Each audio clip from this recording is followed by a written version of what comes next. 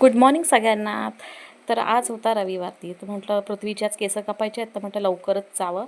8:30-9 वाजता मी गेले होते मार्केटला. त्याची केस कटिंग वगैरे झाली. नंतर मी मच्छी बघायला गेले होते. तर मच्छी ते बोईट होते. 50ला 5-6 होते छोटे छोटे आणि 100ला 6 होते. पण मला ते नाही आवडत म्हणून मी दुसऱ्या मावशींकडे गेले. म्हणजे मी ह्यांना काकी बोलते. तर ॲक्च्युली यांच्याकडे करकांडे होते, चिवण्या होत्या आणि टोल मासा होता, कुपा होतात.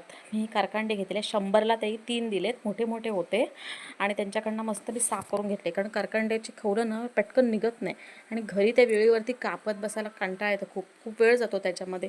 त्यांच्याकडनं कातीने मस्त असे कट करून घेतले मी.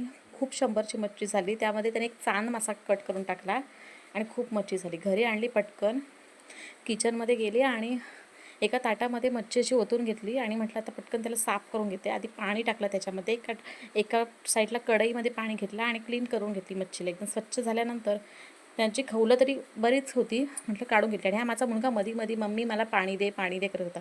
पण माझ्यात खूप अशी वास येत होता मच्छीचा. त्याच्यामुळे मी त्याला त्याच्या मावशीला सांगितलं. आणि ठीक आहे, इकडे मच्छी स्वच्छ धुवून झाली होती. इकडे तयारी कुठली, लसूण भरपूर घेतला होता. 3 लसणाचे कांदे, चिंच, हळद, मसाला असं का साईडला ठेवलं. कढईमध्ये तेल टाकला, कढई तापली, तेलसुद्धा तापला छानपैकी. आणि इथं लसूण मी टाकून घेतली आहे फोडणीला.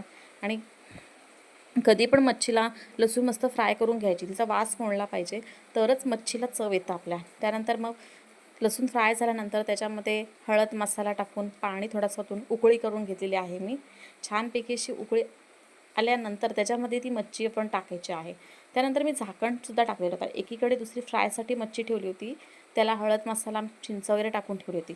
हा रस्सा बघा आपला छान असा उकळतो आहे. ह्या उकळी फुटली होती आणि मच्छी शिजायला जास्त वेळ लागत नाही, त्याच्यामुळे मच्छीसुद्धा पटकन अशी शिजली होती. त्यानंतर माझ्याकडे कोथिंबीर नव्हती, त्यामुळे कोथिंबीर मी नाही टाकली आणि हा रस्सा आपला असा कमी केला होता.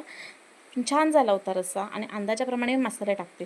बाहेर वातावरण असं पावसाचं होतं, दिवसभर पाऊस चालू होता, सकाळपासून सुरू झाला आहे. आणि आत मी घरी जाणार होते पण नाही गेले, पावसामुळे मला जायलाच नाही भेटलं. ॲक्च्युली मला हसायला येते मध्येच. आणि इकडे मग संध्याकाळच्या टायमाला माझी बहिणीने मस्त चहा ठेवला होता, इकडे दूधसुद्धा उकळत होतं.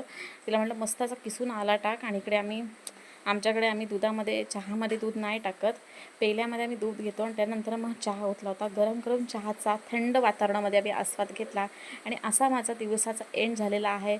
तर चला मग तुम्हीसुद्धा चहा प्यायला या, थंड गरम गरम.